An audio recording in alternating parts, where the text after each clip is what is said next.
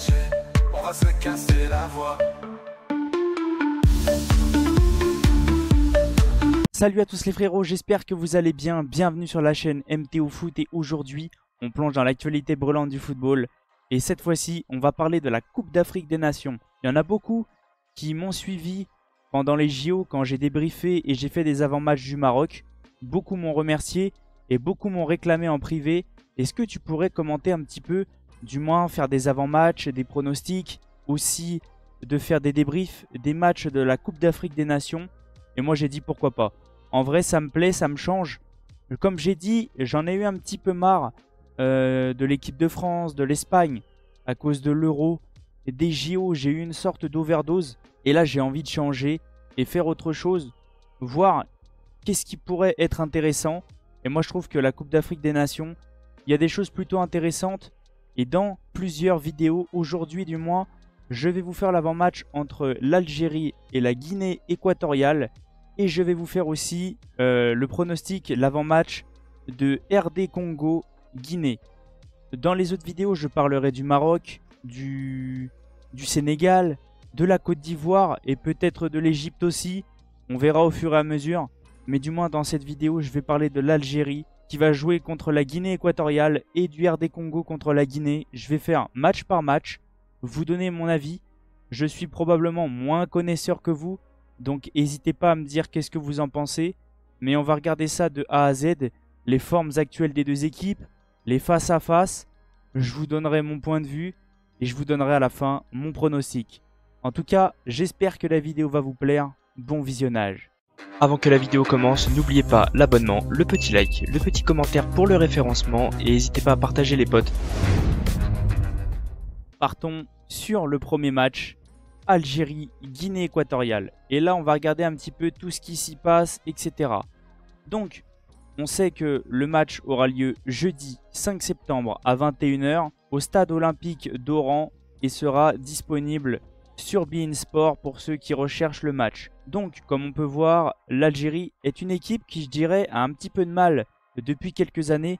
Mais je dirais que là, ils ont envie de se rattraper. Je sens une équipe d'Algérie qui a envie de se rattraper de ce qui s'est passé sur les derniers matchs.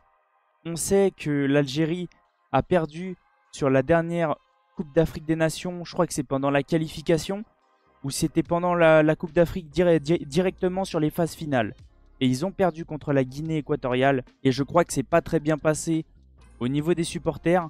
Donc, je sens une équipe d'Algérie qui va vouloir se rattraper par rapport aux supporters. Une sorte d'excuse et vouloir faire un très bon match.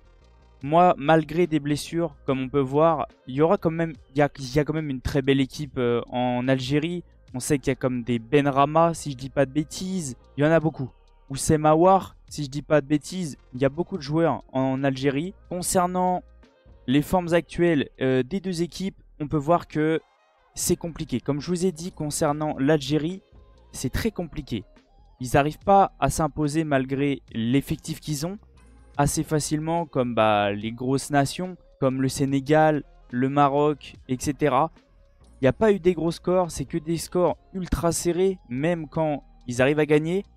Et concernant la Guinée équatoriale, on est à peu près sur la même chose. Ils perdent pas de beaucoup, mais ils gagnent pas non plus de beaucoup. Concernant ce match-là, je vois moi l'Algérie s'imposer, pas sur un très gros score.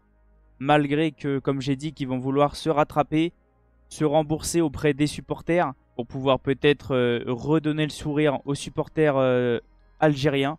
Moi, je vois l'Algérie s'imposer sur un score plutôt équilibré, mais je vois l'Algérie s'imposer 2-1. Partons maintenant sur le match Congo-Guinée et vous allez voir que ça va peut-être être un match compliqué à pronostiquer, mais on sent un petit avantage pour le Congo. Alors, comme on peut voir, le match aura lieu vendredi 6 septembre à 18 h au stade des... Je sais pas comment on le prononce, je veux pas dire de bêtises, de la Pentecôte. N'hésitez pas à me dire comment ça se prononce, si on le dit le Y en I ou en I, je sais pas comment ça se prononce, donc je veux pas déformer, on le prenne mal.